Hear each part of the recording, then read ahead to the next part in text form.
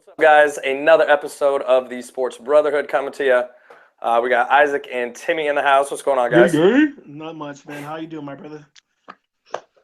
Doing good, Isaac? Hello. Let's do it. All right, well, as we all know, the Sacramento Kings pretty much gave away Boogie Cousins for about a bag of chips. Maybe some Fritos, maybe Doritos. I don't really know what it is. But, yeah, so Boogie Cousins, along with Omri Caspi, gets traded for Tyreek Evans, Langston Galloway, and then a first and a second-round pick. So we're going to be talking that. And some jelly beans. We're going to be talking that, and then also Magic Johnson, newly named president of basketball operations for the Lakers, much to your approval, Timmy. Whoa. So we're going to be talking some of that too. But first, we'll just start off with the Boogie news. Like I said, pretty much given away. I think you guys may have some similar viewpoints on that, so we'll just go ahead and start that out. Timmy, you can jump in and just kind of give your thoughts on Boogie going to the Pelicans. Absolutely. I'm excited for Boogie, but the person I feel most, sad for is Tyreek Evans, because he has to return to that hellhole all over fucking back in Sacramento, okay? Rookie of the year or not, man. Nobody wants to go play for a poop shoe as GM. But anyways, and the best part about it is because I guess first dibs on it, and they could have traded like Ingram and stuff, but I am so glad that they pulled that trigger, because let's be real. Cousins is a very established top 10 player already for this time. And it would be nice, but I don't feel like you can build a team around Cousins. I feel like he's the type of person you would want to move pair with Anthony Davis. We'll get through Lakers. So what about like the Pelicans, Kings? What about that dynamic? Do you agree that the Kings pretty much gave him away and just got hosed? I don't feel like they got hosed, because they got this for him, but at the same time, I feel like they could have got more. But at the end of the day, let's be real, man. Vlade Divac and fucking Phil Jackson, those are the two people you want to screw over the most for any trades, okay? And so I feel like they didn't get the max of what they could have got for him.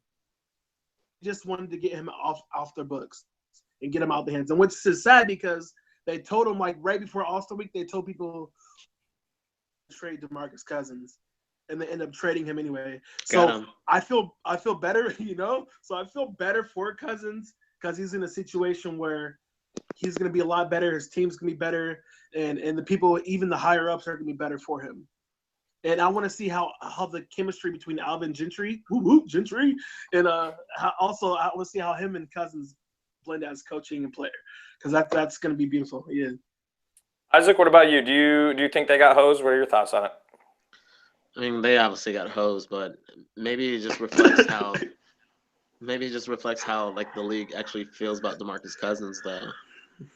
I mean, maybe it's just they couldn't get a great deal for him, because I mean, no one wanted to A, deal with that attitude, and B, be stuck with him and have to re-sign him to, what is it, $210 million over 5 years or whatever it is. But I mean, they got him for 50 cents on the dollar, basically. And if you're the Pelicans, you just can't pass up that kind of talent. Also, I mean, you look at this deal right now, and you compare it to the deal where James Harden got kind of let go too. It was like 2011, and it was about the CBA changes. They both deals happened right after the CBA changed.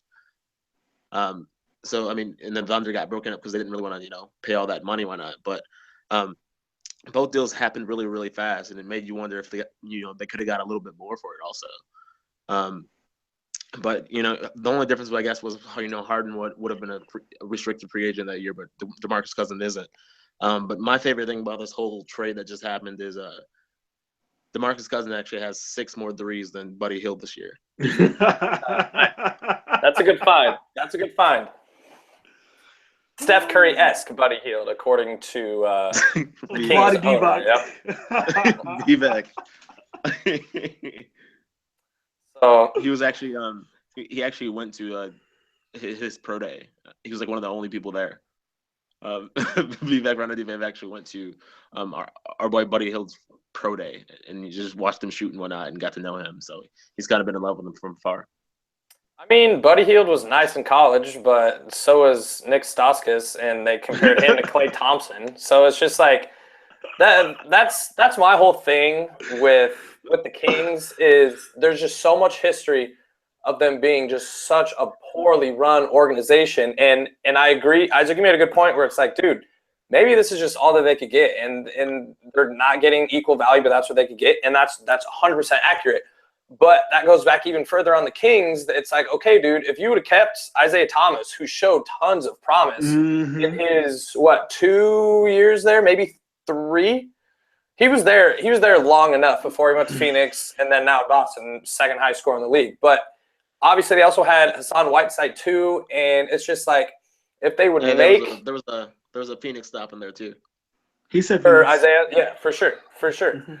So it's just like if they, and I'm not expecting any team to draft perfect. We all know the draft is a bit of a crapshoot, but at the same time, there was just so many. I mean, they passed on Damian Lillard and took oh my gosh, Who was it? It wasn't Ben McLemore, was it? I think it was. I think Ben McLemore. I'm gonna say. They said he was the next Ray Allen. Didn't the Kings draft Jimmer too, and then trade him? Yes. So it's just like they have, and they've never, like when they had that run in the early 2000s, they didn't draft Vlade, they didn't draft C. Webb, they did draft Jason Williams, although they traded him for Bibby. They drafted Peja. I'll give you credit there. They didn't draft Christie. Christie was old by the time he was there. They did draft Hedo, so that was nice. They drafted Gerald Wallace. That was nice. So, I mean, they had a little bit of time there where, they didn't hit on some draft Bobby picks. Jackson? No, I was about to say no, he was older too. He was old. He's old. Yeah. Old head. So it's just like they compound all their mistakes by essentially panicking and being like, oh my God, well, we don't want to pay him this money, so let's just get rid of him and just get hosed. And it's like, you don't have to do that. If you would have made better decisions, I don't ever believe that you should get rid of a star player if you're not getting equal value in return, unless it's for sure you're going to let him hit the open market. And he wanted to be there, man. Like, I think they would have re-signed him.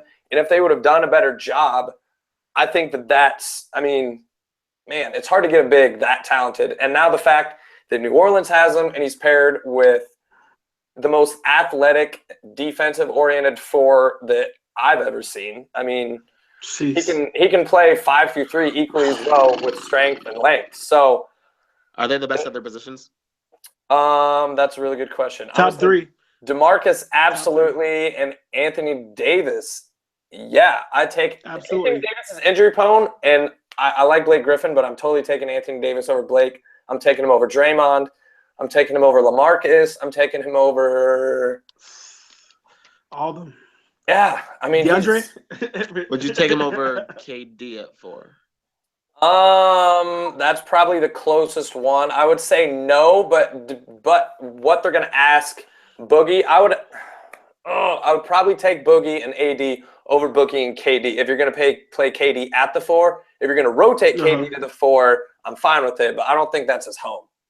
Because he covers his deficiencies on the floor. But at the same time, I think the last big man that they drafted that was pretty decent, probably Brad Miller.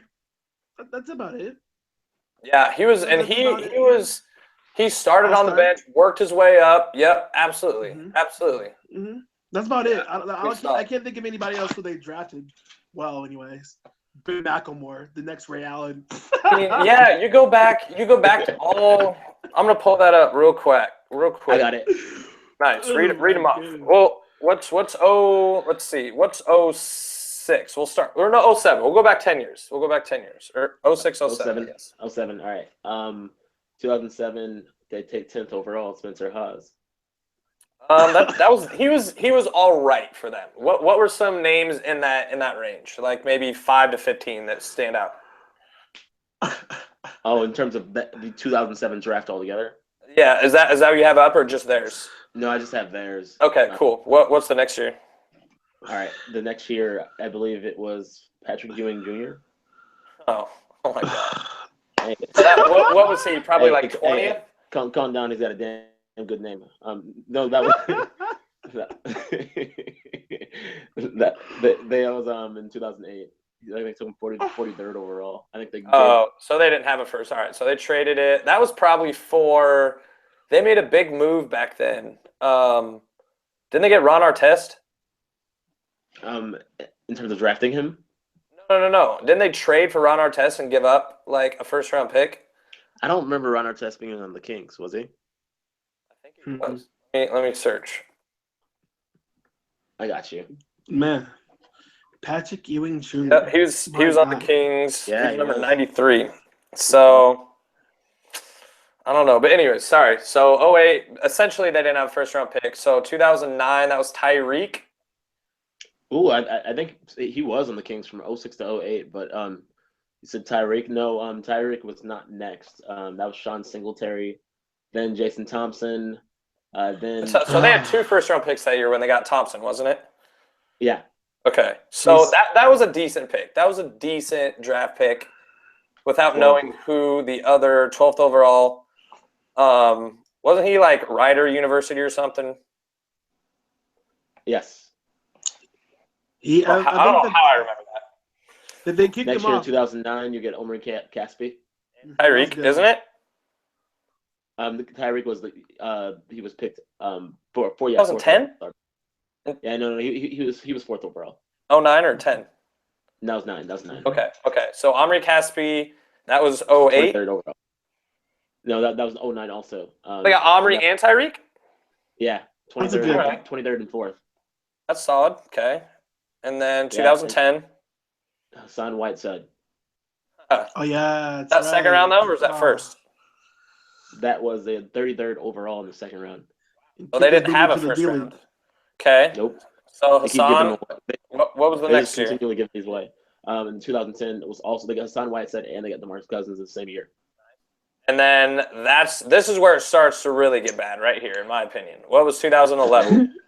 Nope, because 2011 was Isaiah Thomas. Second round though, right? Yeah. Yep, second round, 60th overall. They didn't have a first round pick that year? No.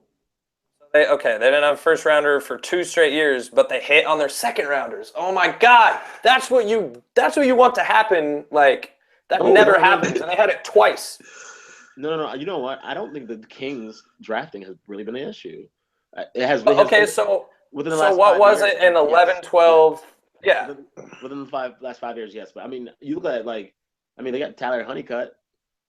I'm kidding. That's actually who they drafted too in 2011. Ownership and coaching, man. That's So hold on. Close out the last 5. What was it? What was 11, 12, 13, 14? 2011, they got Bismack Biyombo. They drafted him? Yeah. I need to find out what they. Okay, what was 2012? Orlando Johnson. Okay, 13. Thomas Robinson. I thought that was a good pick, and it wasn't. Okay, 14. Jimmer. 2013, Ray McAllen. He's with. Did he go to San Antonio? Well, he was in San Antonio eventually after via trade, but Big McLemore was also in that draft at 7th overall. So they hit deep, and then they move him, and they blow their. So McLemore, did they end up getting Jimmer? Was he? No, they did not. He was with the Kings at one point.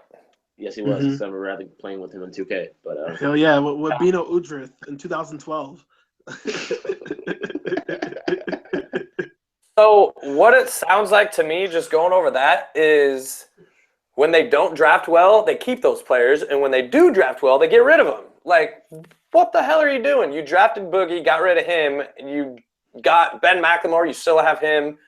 You got I guess they traded Omri Caspi too, but it's just like, I don't know.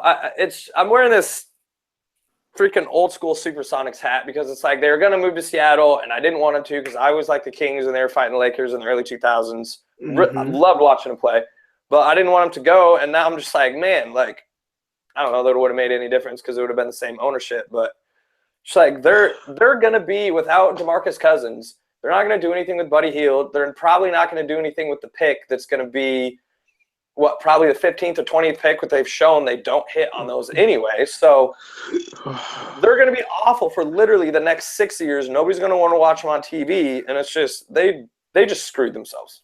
Shot themselves in foot. And then they also fired the only coach that Cousins got along with.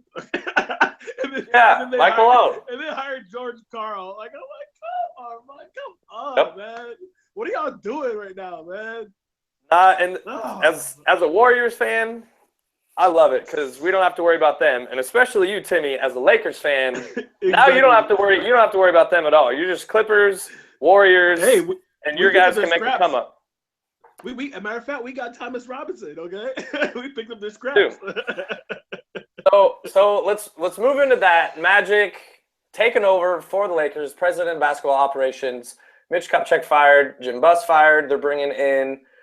I can't remember his name, but essentially he's been Kobe's agent, has a great relationship with the Lakers. He's going to be their GM. They just made a move to pick up. They traded out Lou Williams, picked up Corey Brewer, and a first-round pick from Houston. So that was a good move.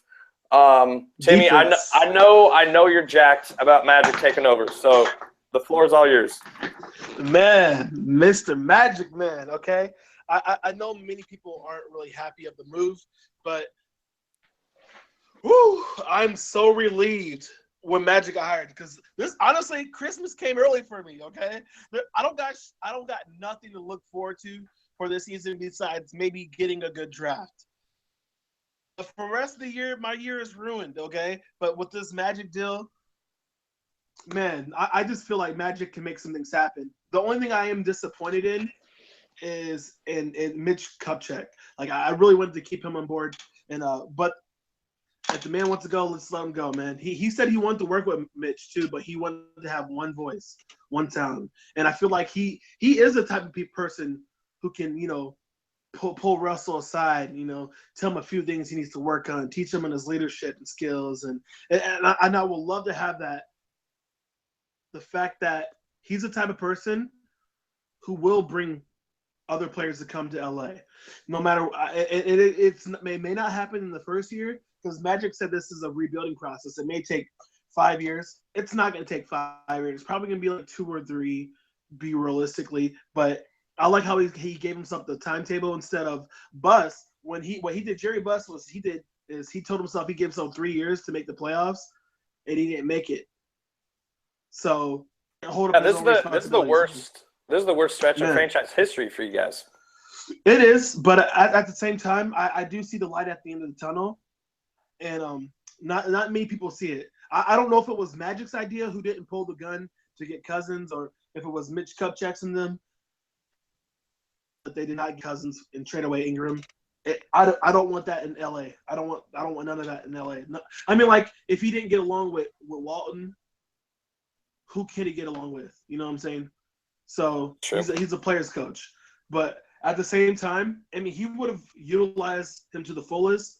But I'm just glad that we didn't get him because I don't want to rebuild around Cousins. No, not. You can have it. Fair. Isaac, what about you? Are you a Magic fan? Do you believe in Magic? I believe in Magic. I just don't. I want a guy who's gonna grind it out, and I want a young, energetic guy. I like the youth movement in terms of with my man Luke Walton. I don't want someone quite as young as Walton, but I feel like Magic is just the game. Sometimes it passes him by at times, and I think it's just evident by his old man timey comments on Twitter maybe when he's just like, "Wow, that's the greatest pass I've ever seen," or someone make. I'm just like, calm down, old man. He's the anti-Chuck. He's just the antithesis of Chuck in every way. He's so positive toward everything, which is awesome. And I'm me, I'm the most positive person I know. But like when I think about him, I'm just like, he's pulled in so many different directions. He's got so many little things going on. I don't think that putting this on top of his plate, which is already a hard job to do in its own right, something that he'd even have the time or attention span to really want to dive into. But I don't know. Oh no, he said that he's gonna be more hands on because he said those other places that he has ownership in. Those places are at a place now where he doesn't have to be the guy there. He doesn't have to be hands-on every day because they're at a point in their I guess establishment that he doesn't need to be there every day. For the Lakers, he said he's not going to waste his time. Magic got a billion different things he can be doing right now. You know how great of an entrepreneur that he is. So he's going to be there every day, hands-on. He said if Luke Walton wants him to talk, to the players, or if he wants to give them like a little critique and this and that. If he doesn't, that's cool too. He'll step back. That's why he's not going to step on anybody's toes.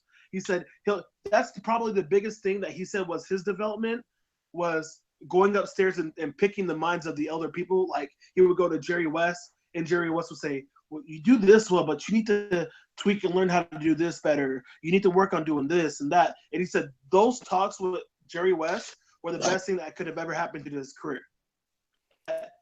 D'Angelo and all the rest of them young crops, they got an older head to look forward to and see what they. Let's be real. Magic's one of the best minds of basketball. So he'll call plays and he'll predict things happen before they even happen while the game is going on. That's the type of. That doesn't mean you can teach that though. There's a lot of things you can. There's a lot of, I guess you could say, the little things that matter in the game that make a lot of difference. And he can instill that. He can help D'Angelo be a leader. Yeah, but I'm just saying there's a lot of itty bitty little things that he has within his body that will never be in D'Angelo's body, man. Absolutely, but he's 6'9". Real. He is going to be there every day. He is going to be hands on. He's not going to be the type of person who's like, oh yeah, I don't, I'm basketball operations. I only got to spend a little couple of minutes here or there just to see how they're doing. No, he's going to be there every day. So what do when we say president of basketball operations, what do we envision that being? Because there's going to be a general manager. It's not like he's going to be the coach. The way that I view it, and the reason that I said earlier that to me, it's not a bad hire, but I thought when it first happened, when he wasn't going to be the GM, and I was like, man, they fired their GM 2 days before the trade deadline. I thought that was really bad, but they got a new GM, it sounds like. But anyways, the reason that I feel like it's kind of more sizzle than substance is Magic's essentially, bright smile, positive energy, all those things. I don't want to say he's a salesman because obviously that's selling him short. He's probably the best point guard ever, top 5 player all time. But I don't know if what he's being brought in for to be a salesman for LA to bring in all these star free agents. I think with the new CBA, and Isaac, you kind of touched on this, with the new CBA, it's kind of going away from that. So I think that they may be using a bit of an outdated model and saying, hey, we're going to go try to get Shaq like we did in '96. We're going to go try to get who is their other big? They traded for Powell. Who is Ron Artest? Andrew Bynum. No, they drafted him. They drafted him. Yeah, they drafted him. But I just Kwame Brown. No, they drafted him. Or no, they didn't. My bad. But no, I don't know that just going strictly with somebody, because Isaac, I agree with you. I don't think that he's going to be able to come in and teach things, because typically, and I'm just going off history, I'm not saying Magic can't do it. I'm just kind of playing the odds here. But historically, most great players aren't able to translate what makes them great into other people. It's just kind of an innate, like instinctual type thing. So I don't think that he's going to be, able to come in there and teach all these young guys. I think that the main reason he's there is for the sizzle of, hey, Magic's the face of the Lakers. Let's bring him in. Let's get some elite free agents. But what free agents, unless the team's really bad, unless you're really bad, who is going to leave $30 million on the table to leave the team that drafted you? $30 million though, that's a lot. Unless you're really bad. I think though, if you want to win, I think we say that all the time though, and then until it happens, like I think that we've seen it. That these guys are making so much money that the difference between them making like $250 million and them making $300 million is now getting to the point where it's just like, bro, I'm winning. Kevin Durant. If you're on, that was a once in a lifetime. That was once in a lifetime. Will never happen again. Sorry, I had something to throw. I'm sorry. So I think that's a valid point. That hey, you know what? If you're winning, that's fine. Or if you're winning, obviously you're gonna do that. But what if you're, Boogie Cousins? He was gonna re-sign in Sacramento, knowing good and damn well he wasn't gonna win nothing. Let me put this on you real quick. Who are you guys realistically targeting as a free agent in the next 2 years? The 2 years, Paul George. He's from Cali. You know what I'm saying? But at the end of the day, you got to understand what's also going to help drastically is when people see, it's just like Golden State effect. When people see how the players are playing in Luke Walton's system and how much fun they're having, and if they're actually producing wins, that can bring a lot to LA, especially the city itself. Let's be real. And I totally agree with that. I was just saying that I don't think that Magic. I think Magic is being brought on board for the wrong reasons. I think they need to get somebody that is kind of what Isaac said, a little bit more grinded out. Eric Spoelstra, prime example. Somebody that works your way up and is just like, I'm starting off as a video coordinator. I'm grinding.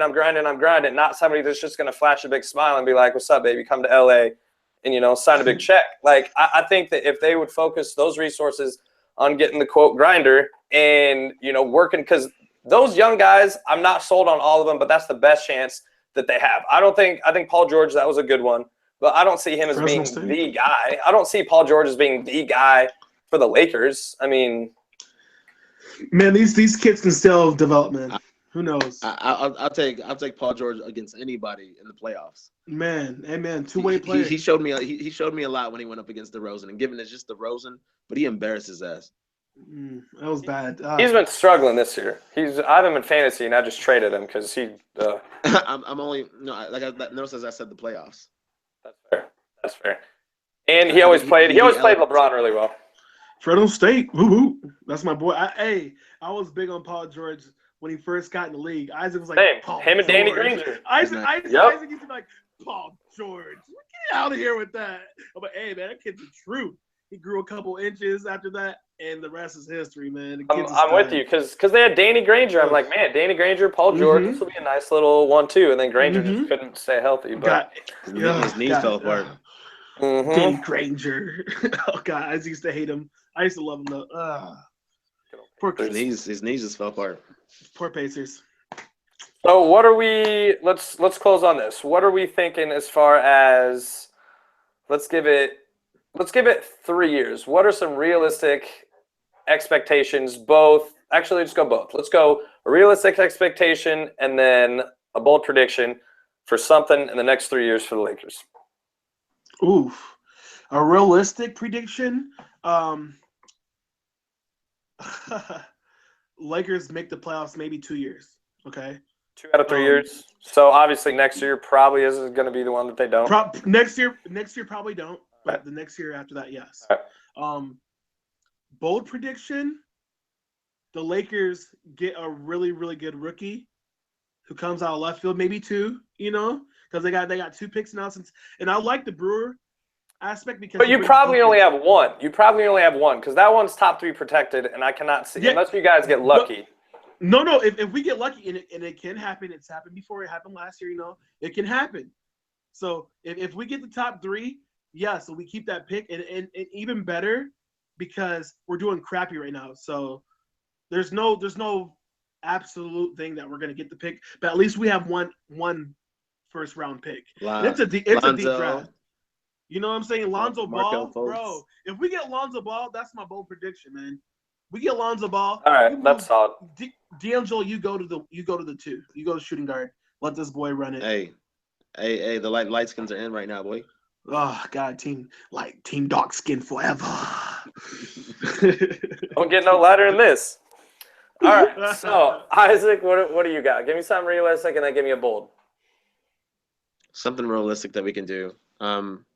We've managed to steer clear of the dysfunction that we've been trapped in the last 5 years. Mm-hmm. And there's a clear direction of how we want to play, the kind of players that we want on our team. Mm-hmm. And we actually know who we are. We have an identity, which we haven't had in God knows how many years. 10 years. So, so it's good to see the culture moving in the right direction. I guess, on the positive side, I'm going to say positive again because Magic Johnson, he can at least create a really awesome, warm atmosphere. And that's, a good basis, to build off of as an organization. And I guess, my bold prediction for Lakers, the funny thing about the NBA is that even when you see something stupid or ridiculous happen in 2K in terms of your seasons going on, you're still like, why the fuck did they do that? And now you can look at our real lives and realize that our lives are no different than an NBA 2K season, really. It's just randomness. It's just like, okay, yeah, here, take Anthony Davis and DeMarcus Cousins together. Box of jelly beans. Doesn't even make sense. But hey, I'm ready to witness the best front court in the league and take that mantle from Dre and Blake. Well, that mantle's gone. He can't shoot no free throws, man. It's over. It doesn't matter. It doesn't matter. He's still a first team all defense. The ball to Dre and like take me there. Okay, he's first team. I understand that, but they got two players who can do that. They got two players. You're saying Boogie and AD best front court over Clippers? Yeah. Bro. Yeah. I'm just saying. I mean, they were still good enough to be considered the best in the league. There's been maybe I can't remember. There's only been a handful. If you don't count Draymond and Durant together, I think there's been four or five different combinations of players who've had average 20 points and 10 rebounds in a season be on the same team, and all those players are all Hall of Famers. Well, let's stay on Lakers. Let's stay on Lakers because we got to wrap this up. Ooh. Oh yeah, we done. But so I'm gonna go for my bold prediction. I'm gonna say they're not gonna make the playoffs any of the 3 years. No, I don't think they'll make it in 2 years. Okay. And then for my realistic one, I think they're not gonna get their first round pick. So I think they're gonna get stuck with Houston's pick, which the way Houston's looking is probably gonna be 25. So I think they're gonna 25th pick. I don't think there's really going to be any major free agents out there that they're going to go get. I think their young players are going to get a little bit better, but I think they're going to be stuck in mediocre land, and they're going to have to pray that a big free agent comes there. That's what I think. Hey, here's my bold prediction for the league. Okay, this summer it's going to prove once again that no matter how these rich white folks try to finagle the CBA, these brothers are still going to go where the fuck they want to. You can twist and turn the rules, but there are gonna be some brothers just turning down money. Just watch. That's my bold prediction. Watch Lakers make the playoffs next year. Y'all heard it here first. Okay? Man, you owe me Buffalo Wild Wings. Screenshotted. All right. Well, as always, smash the like button, comment. What do you think about Magic? What do you guys think about the Kings? Let us know. And yeah, if you guys want to jump on here, debate us. We've had a couple people leave comments and want to hop on. So obviously, the more the merrier. Hey, Hawkeyes just defeated the Hoosiers, by the way. Nice. I have that on DVR, so I'm totally going to be watching that. Go Hawks. But all right. Well, until next time, guys, we'll see you.